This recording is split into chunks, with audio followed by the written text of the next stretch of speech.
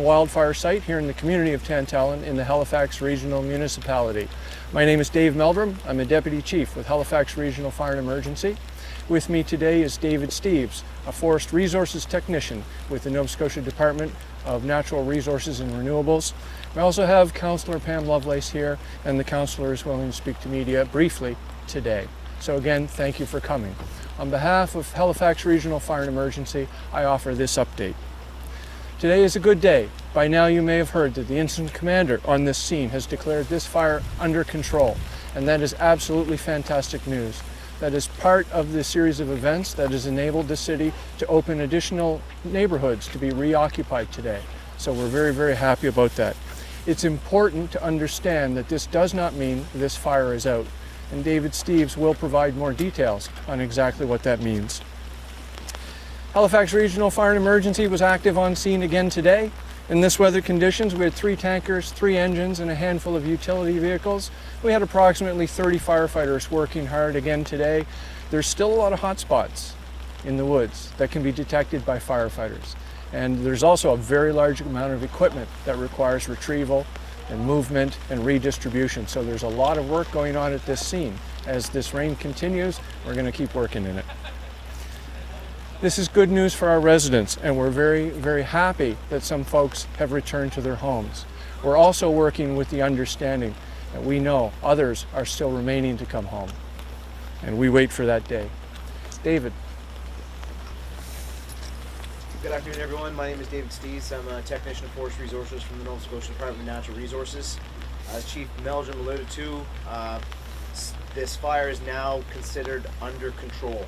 What I would like to reiterate the fact that is we've had over 45 mils of rain in the last day and a half, and our fire crews out there are still picking up ash pits, smoke, and one even small area of open flame. So folks need to realize this does not mean this fire is over. We are going to have to continue to be vigilant, continue to monitor this situation. We don't want to lull ourselves into a false sense of security. We have to stay on our toes until we can be assured that this area is safe again. We still do have a lot of work ahead of us, but Nova Scotia has proved that we are a tough breed, so we will see this through to the final end. I'd like to take this quick opportunity to thank all of the agencies involved in an absolutely tremendous job that they've done. Our hearts are broken for the people of this area, but again, we are a strong people, and these folks they'll build back.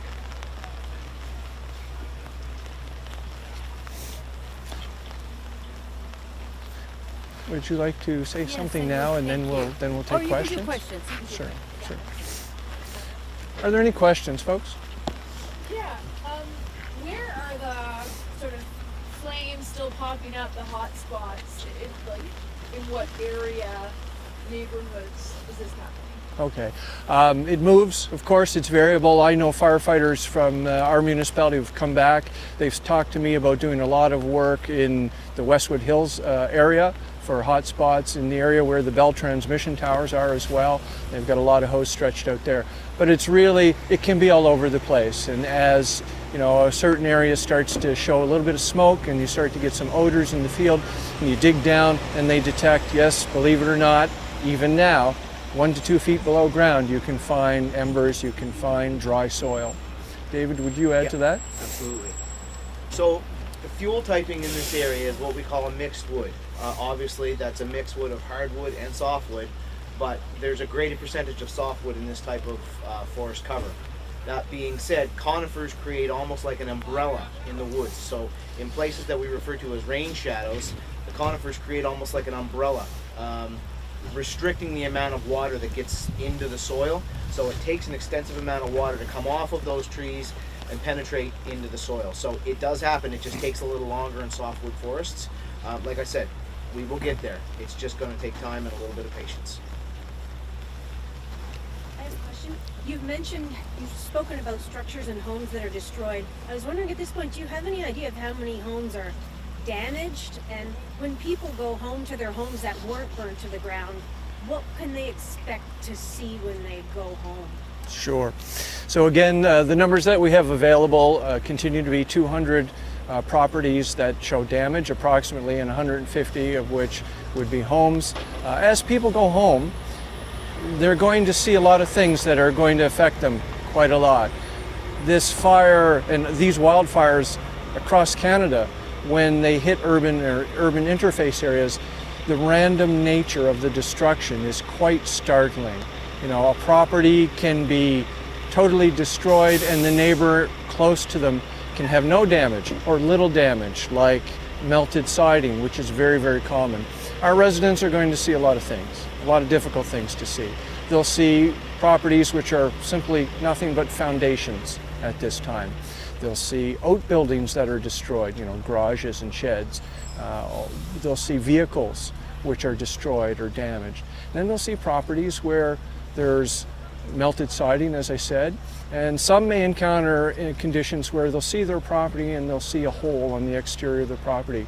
And that was the activity of firefighters who detected a smoldering fire and needed to dig out part of the siding, perhaps a little bit of the sheathing, not a lot of damage, but it's a bit difficult to understand when you first look at it. So they're going to see a wide range of types of damage. They'll see strange burn patterns in the vegetation where they live, and lines on lawns and in ditches where the fire proceeded to a certain distance and then stopped. And so it's quite hard to understand when you first look at it. It was good to see some evacuation orders lifted today. Do you have a sense of how many people are still out of their homes? I do have those numbers, but I'll have to ask you to shoot me an email. I have them in a folder in a dry office. Yeah. It's been 1 week since this started. Can you sum up the week? Wow, can I sum up the week? Well, it's a roller coaster. So Sunday starts with chaos. Sunday starts with anarchy. Sunday starts with high danger to the residents of these communities. And you know, we are so blessed in that regard that there have been no serious injuries. We have 3 firefighters who had minor injuries that were recovered and no need for further treatment, and we're so grateful for that.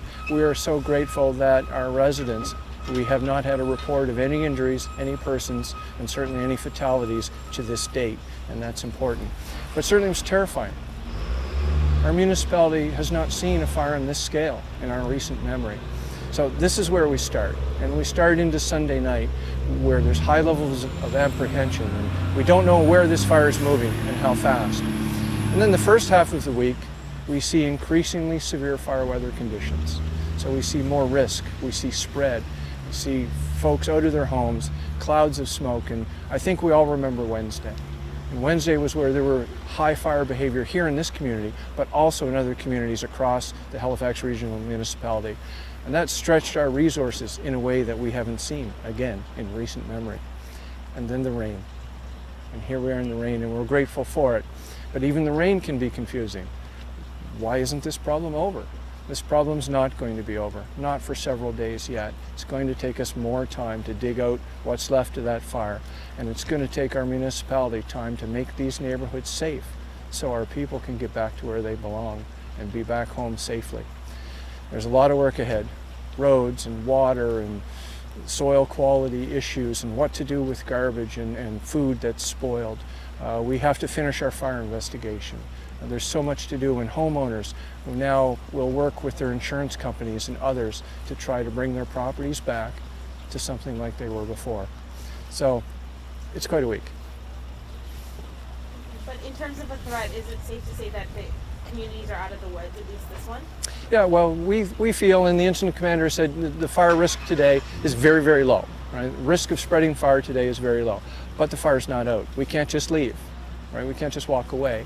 If we do, this rain will stop eventually, and if we don't deal with those hot spots, then we will have a fire risk here again. So we're not going to let that happen. I've heard that there's a culvert that collapsed. Where was that? Is that true? I don't know. I do understand there was a culvert issue. I don't know the precise location, but I do understand that out there is a culvert that didn't impede the main roadway. I do think it's in the Hammonds Plains, Yankeetown area, but it wasn't a dramatic collapse. It was more subtle. Or maybe just talk quickly about the phases that the city is looking at, about the bringing people back in. I know today was phase 1 AB. Right. Maybe the next few days will be phase 2. Kind of how did those decisions come about? Sure. So Absolutely, and thank you. So far, the municipality's been able to reopen neighborhoods that didn't see severe fire damage, and that's important because that really speaks to how safe it is for the residents to get there. Now, those residents may indeed encounter some changes in their neighborhood, and there's a lot of smoke migration, for example, in this area, and there may be some smoke issues, some smells. Folks' windows were open when they evacuated, that sort of stuff. Power restoration is happening now. I'm told that the power is or soon will be restored in these communities that have been reoccupied, and that's important. But there's a ton of work to do in the most impacted region. So those are the future phases. So there's a lot of things that we need to be doing. Again, soil and air quality checks will happen before folks come home. Water supplies need to be here and ready so that if somebody can't use their well because there's no power or the water quality is not up to snuff, then the municipality is setting up water supplies for our people. And solid waste containers, for example. All that has to be in place. So this perishable food, debris, things like that need to be treated and disposed of properly. And then soon folks will be able to get home, right? And there's still tons of work. We know homeowners and insurance companies are going to be busy. There's a lot going on there. The air quality and provision of water supplies, that's not going to stop. And very importantly, security will be provided in the most impacted areas, especially where a property's been completely destroyed. That security has to remain in place for some time to give these communities some peace while they rebuild.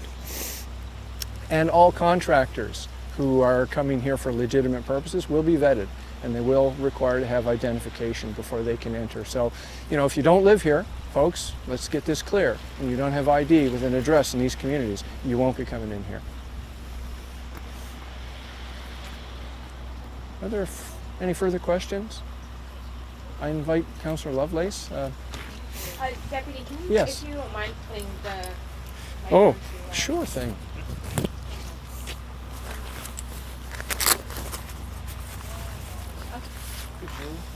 Thank you. Now I know how it feels like to wear one of these things. Yep. All right. Just there. And just stick it right in there. That's great. How's everybody doing? Good. Good. Huh? My toes are getting wet. Yes. Well, that's because my husband didn't pack anything for me when we evacuated. You want me over here? Yes. Okay. Thank you. Everybody happy? Everybody good? Sorry, Councillor, can you spell your name for me? Councillor Pam Lovelace, P-A-M-L-O-V-E-L-A-C-E. I'm Councillor for District 13, Hammonds Plains St. Margaret's. I just want to thank our firefighters and first responders. This was an incredible all hands on deck approach. We had every agency that could be here to support this effort. Over 16,000 people evacuated with this, 8,000 hectare fire, and at the same time, nobody was hurt. We didn't have any reports of injuries, fatalities. I think one firefighter, he hit their head, and there was a little bit of scratching and bruising. Other than that, we are so fortunate that we walked away from this incident without the loss of life.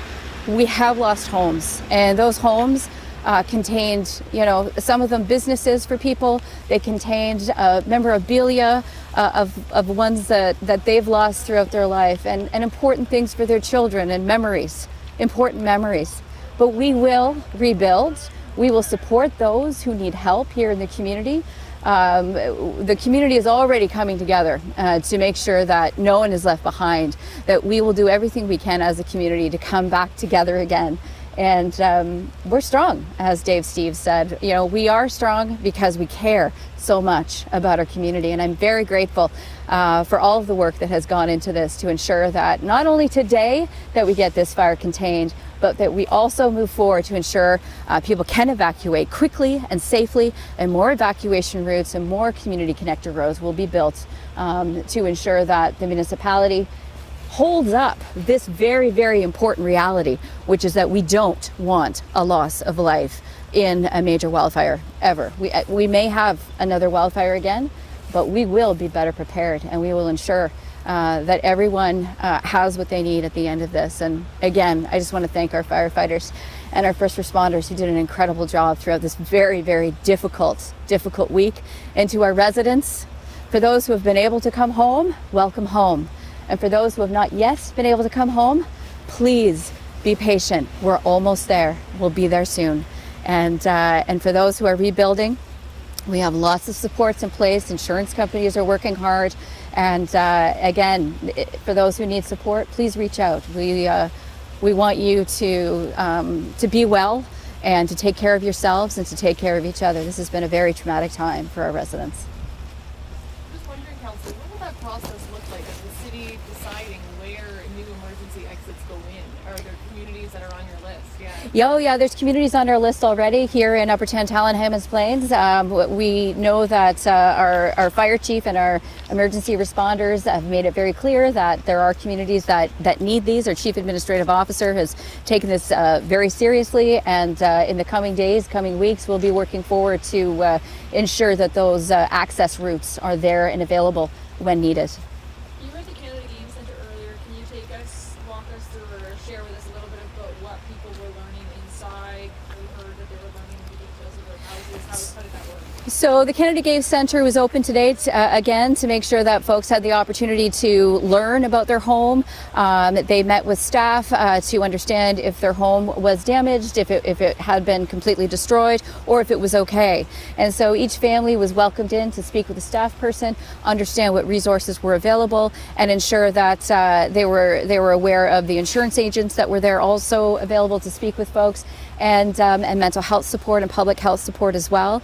And just to give a hug, I gave hugs to people who were just unsure, standing in line wondering, I don't know if my house is okay. And so this is a really difficult time right now for people coming to terms with the reality of the damage or the destruction of their family home.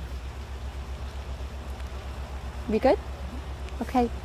Thank you. Thank you so much. Thank you very much.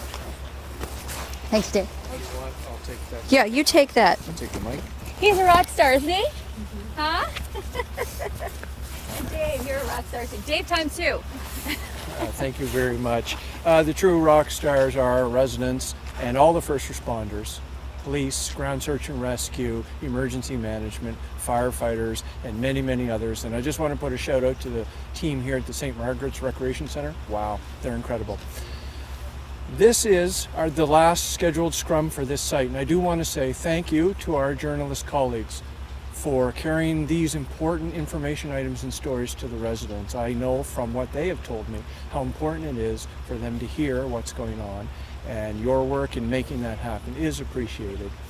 If conditions change, certainly we'll start up media scrums again, but for now this is the last one scheduled from this site. So thank you very much for coming, and please everyone, stay safe.